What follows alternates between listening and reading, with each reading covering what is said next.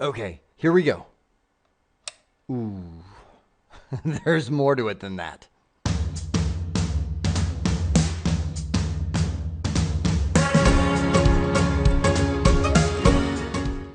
By the time we're done here, we will explore how devices are physically connected to a switch in a network environment. I figured I would start that way because I'm sure many people saw the title and they're like, really? Don't you just plug it in?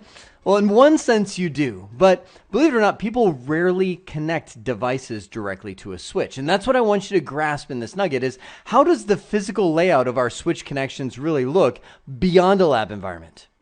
If you look over here at our Arizona pod, we have the wireless access point going directly into the switch, switches connecting directly together, the routers coming straight into the switch. That's not normally how a real network environment is, but it works well in a lab environment like this.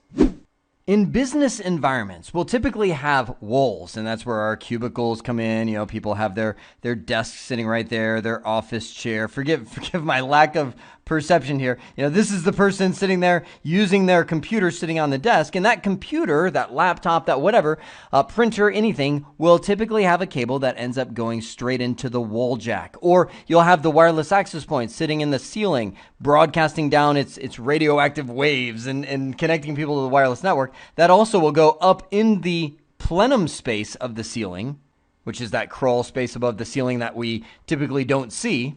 And all of that cabling runs back in a big bundle to a device, if we could even call it that, called a patch panel.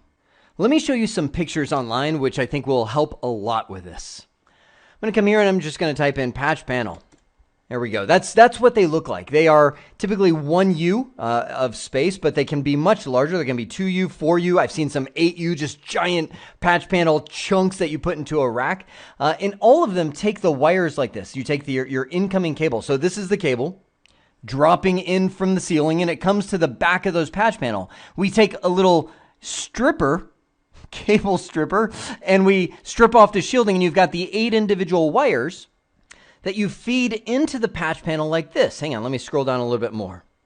There we go. That's a good picture right here. And you can see all the wires. These are the ones coming in from the ceiling. And you take these and you punch them into these individual, we'll call them channels. It's called a punch down tool. Do that, which is just a little tool that pushes them into this little slot.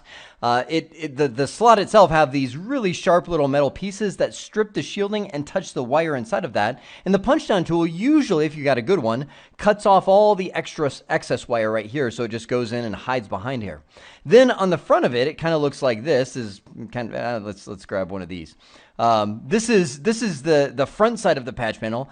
These individual cables are called patch cables. Rightly so. They're usually very short, and what I mean by that is they're just a few feet or sometimes less than a foot long, and it takes the connection from the patch panel.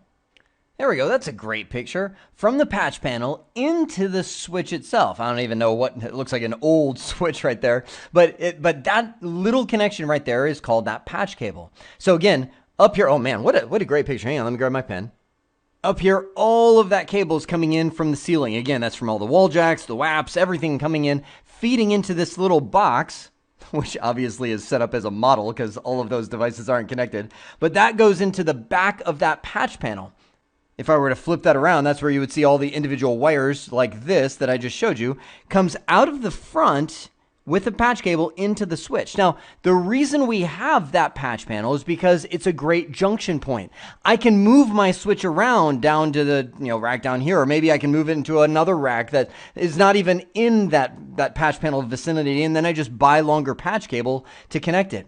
If I don't have a patch panel, I have no, we'll call it demarcation point. I have no junction point, and wherever that wire comes in, that's where the switch has to stay.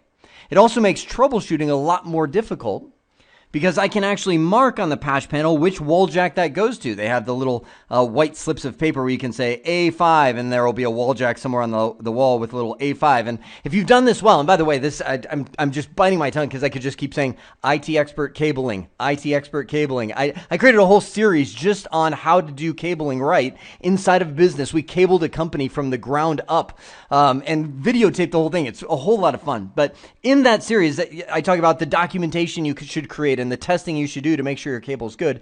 That's the idea of the patch panel. Now, I'm going to put a little exception in there, a caveat, a concern, not concern, but you don't always use a patch panel. For example, let's head over here to this Arizona stack. If the router is sitting here right on top of these switches, it doesn't make sense to run those to a patch panel and then plug it in. I mean, it's right there. Just buy a patch cable and go directly into that. Same thing is true if you have servers that are sitting in the rack or other rack-mounted devices, like connecting the switches together. You can see the fiber ports all tied together right there.